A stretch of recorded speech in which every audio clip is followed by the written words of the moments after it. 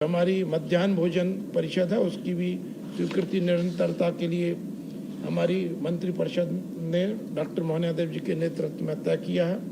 Mission शक्ति उप योजना संबल को भी जिसमें कि भांति भांति की योजना चलाई जा रही हैं। बेटी बचाओ बेटी पढ़ाओ योजना, वन स्टॉप सेंटर, महिला हेल्पलाइन 181 योजना इत्यादि की भी निरंतरता की स्वीकृति प्राप्त हुई है।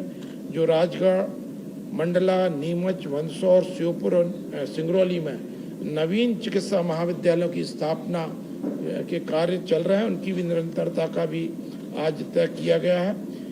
इतने एग्रीकल्चर से संबंधित हमारी जो एक मैकेनाइजेशन की योजना है, उसको भी निरंतरता का आज हमारे मंत्रिमंडल ने सहमति दी है। और निश्चित रूप से आज इन सभी विकास परियोजनाओं के साथ साथ हमारे प्रधानमंत्री जी जो विकास के साथ साथ महिलाओं को सशक्तिकरण का भी जो अभियान चला रहा है, किसानों के जो सशक्तिकरण का अभियान चला रहा है, उसके लिए मध्य प्रदेश के मंत्रिमंडल केंद्र सरकार का हार्दिक आभार व्यक्त करती है।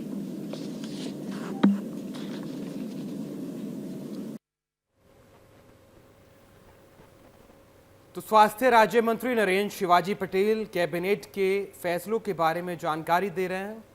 एक गौपालक परिवार से आने वाले मुख्यमंत्री जी ने मध्य प्रदेश में दुग्ध उत्पादन बढ़े, इसका संकल्प बहुत पहले ही हमारी मध्य प्रदेश की सरकार ने लिया था और उसकी दिशा में निरंतर मध्य प्रदेश की सरकार आगे बढ़ रही है।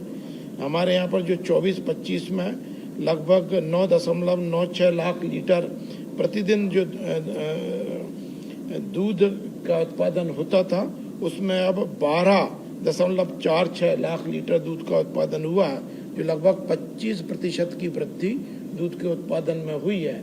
और इस उत्पादन को अभी हमको और आगे लेके जाना है। तो दूध उत्पादन भी जो है, जैसे एक उदाहरण के रूप में भी मंत्रिमंडल में चर्चा हुई कि जब समय ओलावृष्टि हुई या वर्षा हो गई, उसकी वजह से किसानों की फसल कुछ नष्ट हुई, उन्हें फसल बीमा योजना का लाभ भी मिलेगा।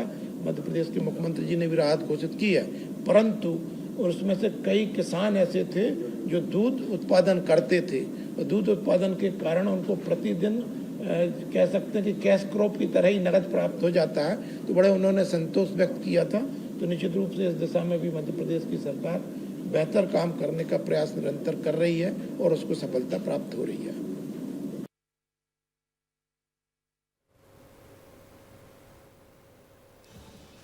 तो मोहन कैबिनेट की बैठक के बाद मंत्री नरेंद्र शिवाजी पटेल जो फैसले हुए हैं उनके बारे में जानकारी दे रहे हैं। 10 अप्रैल से 25 अप्रैल तक नारी शक्ति पखवाड़ा अभियान चलाया जाएगा, नारी शक्ति वंदन कार्यक्रम होंगे।